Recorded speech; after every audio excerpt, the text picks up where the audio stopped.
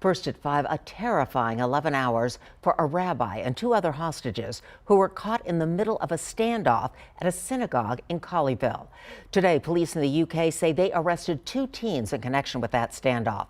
And officials say 44-year-old Malik Akram, a British citizen, was responsible for taking the hostages. He reportedly asked negotiators for the release of a woman who's currently in federal prison in Dallas for the attempted murder of U.S. forces in Afghanistan. She's suspected of having ties to al-Qaeda. This video showing the moment the hostages were able to run to safety Saturday night. The gunman stepping outside for a moment before going back into the synagogue where he died after being shot. Today, the rabbi stated he threw a chair at the gunman, which allowed the hostages a brief moment to escape. The standoff now being investigated by the FBI as terrorism related. Rabbi Charlie Citron Walker credits the escape to security and active shooter training he has received over several years. And unfortunately, that training could be very much needed, with 2020 being the 3rd highest year on record for anti-Semitic incidents. Eyewitness News reporter Zach Briggs shares the call to action from local Jewish leaders.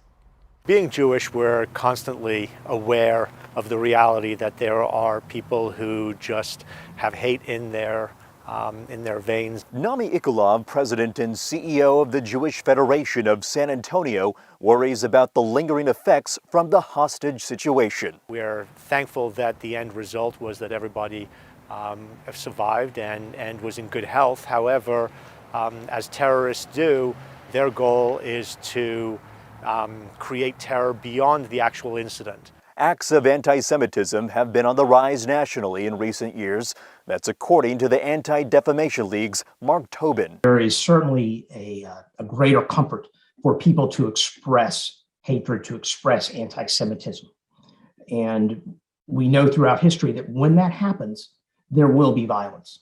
In October, out-of-town picketers gathered across the street from the San Antonio Jewish Community Center shouting obscenities. Then there's the local auto repair shop displaying a swastika. Tobin says the internet and use of cryptic messaging apps has made it easier for individuals to spread hate-filled rhetoric. That's why we're seeing it happen so quickly. And that's why we're seeing people, radicalize so quickly. And it's an issue Ikulov says will take everyone from all faiths and backgrounds to address. Jews have been part of the civil rights movement since its inception.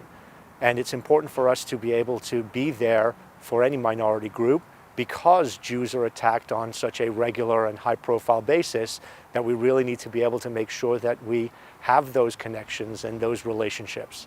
Zach Briggs, KENS 5, Eyewitness News.